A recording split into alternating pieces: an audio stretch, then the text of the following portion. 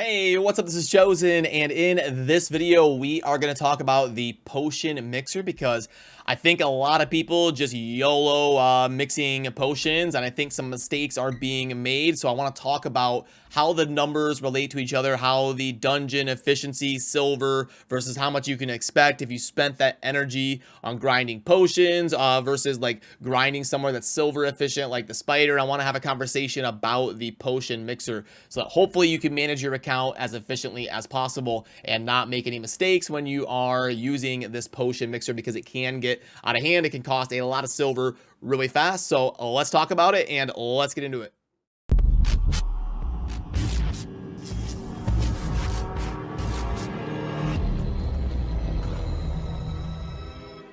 Alrighty, now there are a couple different reasons that it's pretty inefficient and can be a mistake to use the potion mixer. But first, I want to give you some context as to some of the reasoning behind this data and some of these different stages. So if we pull up the different potion keeps, you can see that up top, this is stages 15 through 20, and actually a different color might be better here. So stage 15 through 20, that is up top. And then down here, I think is a pretty interesting spot, the energy or the averages per refill. And you can see if we draw a line at stage 20, look at that. It is almost double as efficient to do stage 20. You get about the equivalent of 10 of the large superior ascendancy potions per energy refill, compared to about 5 if you have to drop it down to 19. Now, why is that important? Why would that be a big deal? If you're endgame, you're never gonna have to do anything besides 20, right?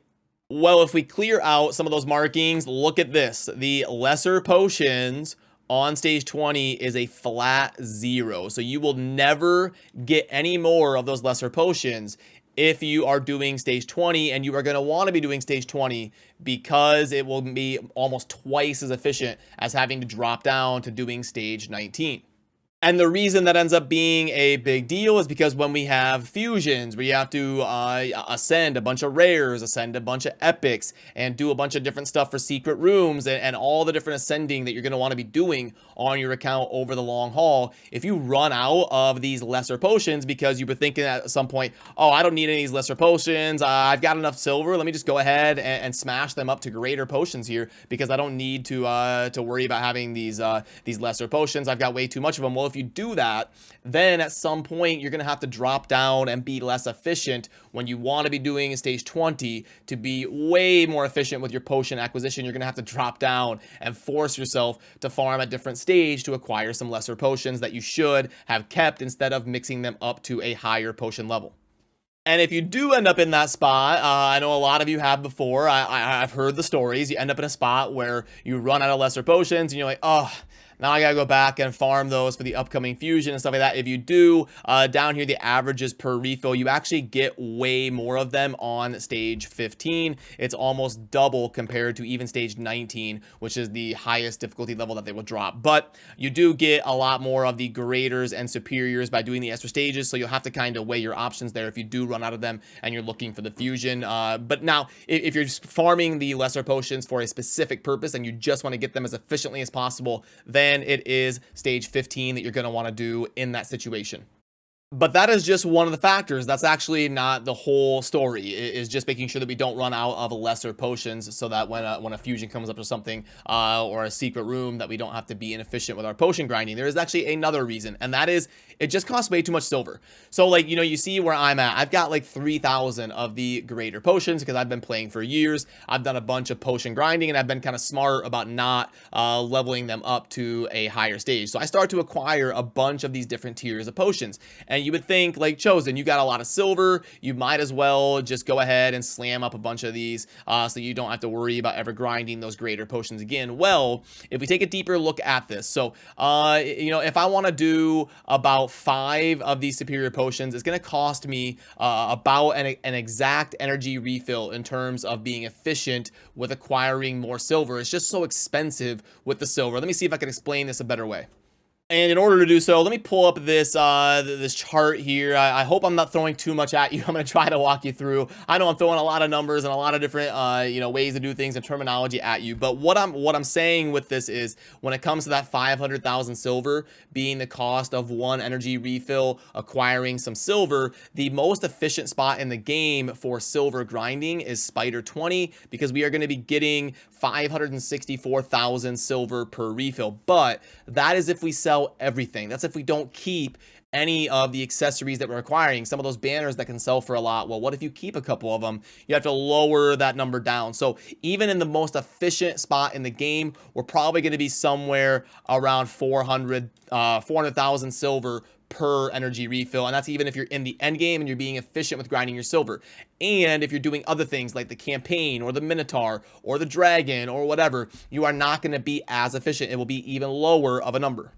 So that 500K that this cost us, that being one energy refill, that's actually pretty positive. So if we lower this down, this is maybe a little bit more realistic, 400,000, maybe even 300,000 if you're not just doing the spider all the time. But we'll call it 400K. We'll kind of go somewhere in the middle. So this is about an energy refill's worth of silver if we were worried about acquiring more silver. And we're only going to be getting 4 of the superior potions. But not only that, not only are we only getting the 4 and we're spending 400,000 silver, you got to remember we're also losing the 40 greater arcane potions as well.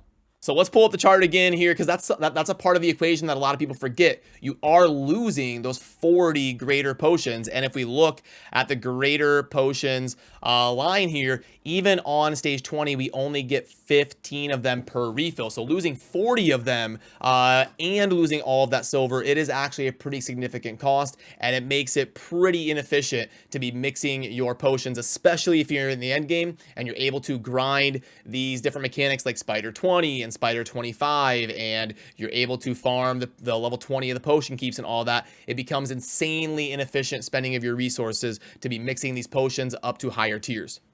So then if we go back and we kind of wrap this up, that would be, reasons like that, they add up over the long haul of your account. If you're going to be playing Raid for a while and trying to be efficient, it's these good decisions and being efficient with how you manage your account that will lead to you having a nice stockpile of resources someday, so that you're not constantly low on things. But obviously, when you're in the developmental phase of your account, when you still have to build all of your Faction Wars teams and all of your Secret Room teams and all the teams that you have to build on your account, you're going to be constantly broke on silver. It's not a bad thing. It's perfectly normal. When you get to the stage that I'm at, you've been playing for 4 years, I've already got my Faction Wars teams and everything built, so I don't have to spend silver at the rate that someone who's in the mid game still constantly needing to build new teams every day, and they're spending their silver as fast as it comes in. That's why I'm able to kind of step back and be a little bit more efficient in terms of when I build a champion and when I spend resources. But if you make these efficiency decisions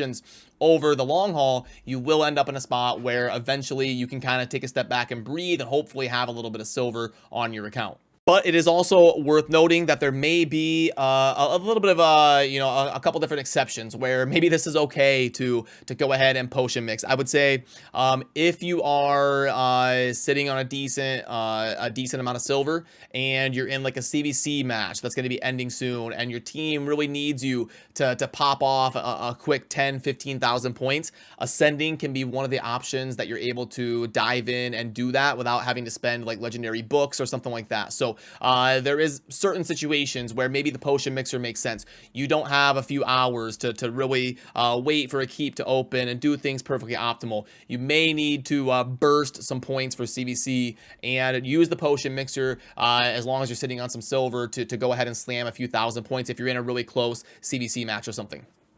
And I can actually pull that up for a little bit and show you. We actually have this on the website. I'll link to this down below if you want to be able to pull this up and play around with it. But you can see what I'm talking about. If we've got a legendary and we just ascend one of them, we go through all the levels, 2, 3, 4, 5, 6, etc. You can see that is 4,400 points up there for ascending one legendary champion here. So you can pile up the points pretty fast. And if you need to, in a sticky situation, go ahead and use the potion mixer if it's going to come down to winning or losing a CVC for your team. So there are exceptions, and feel free to let me know if you know of any exceptions down below. But I do think for the long haul efficiency and health of your account, try to avoid mixing those potions up to higher tiers if you can.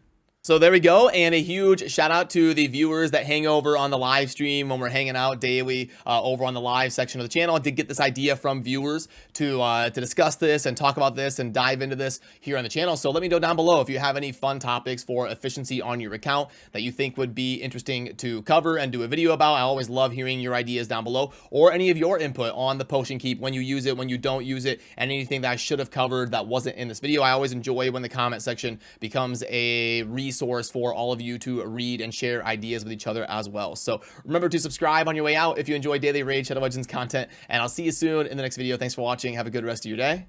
Peace.